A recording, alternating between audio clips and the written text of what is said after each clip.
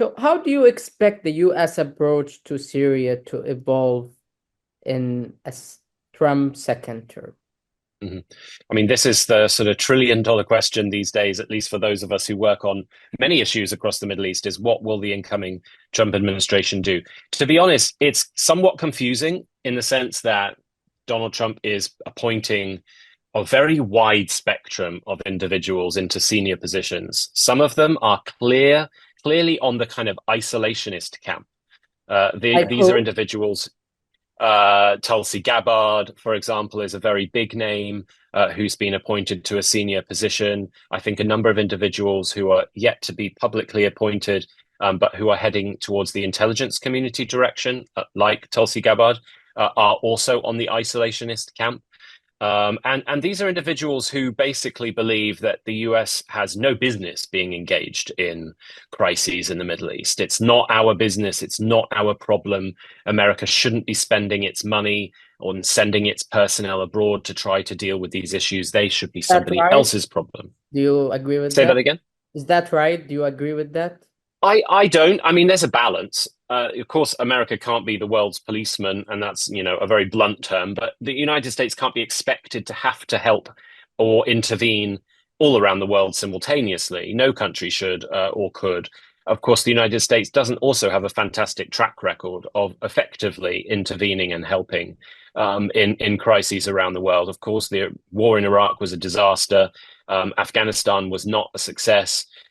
I would personally argue, as someone who's worked on Syria for 15 years, that when it comes to our counter ISIS intervention, it's actually an amazing record of success at very minimal expense. And in fact, I have an article out on this last week, laying out the numbers. But that's a sort of separate argument. But we have this kind of isolationist camp. But then we also have the more kind of traditional conservative, almost neoconservative approach, which stands by the idea that the United States should be intervening very directly against Iran in the Middle East, and that they see Syria as a part of that equation. And that these same individuals also, of course, made a lot of noise about how disastrous Biden administration's withdrawal from Afghanistan was, and they will not want to be associated with anything similar in the case of Syria, for example, of withdrawing troops that then leads to more chaos and instability. So there's a real division. And I don't think anyone, honestly, anyone knows yet how this kind of balancing act between these two camps is going to come out. And can you please name the people on neoconservative? Like, I probably rob you one of them, but I really want Mm-hmm. our listeners to Yeah, know. yeah, of course.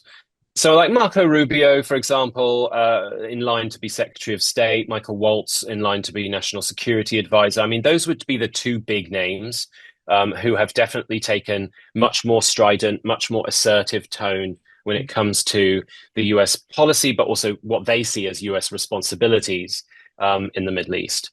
But like I say, there's going to be this tussle between what we call political appointees, people who have been appointed into positions by the president. The other angle here, which I think perhaps hasn't had enough attention, is also that in Congress, yes, the Republicans have won a majority in both the House of Representatives and in the Senate. And Mhm. in theory, that means that the Republican Party will have a very easy path towards pushing legislation. But one of the sort of dynamics we've seen develop over the last few years in Congress is that both on the sort of liberal left side of the Democrat Party, but also on the fairly right wing side of the Republican Party, both sides have this much more isolationist tendency. And I wouldn't necessarily say they have a majority yet, but they have a lot more clout, this isolationist tendency, a lot more clout in Congress than there is in the White House or in an administration. And so I think to some extent, if the Trump administration wants to take a much more strident position on Iran, on Syria, or other issues like that in the Middle East, it could be that they actually face a challenge in pushing that through in Congress. So it's not just a matter of numbers and the Republicans having more numbers, but you have to dig deeper than that and look at the actual agendas and the vision of those members and of those congressmen and women.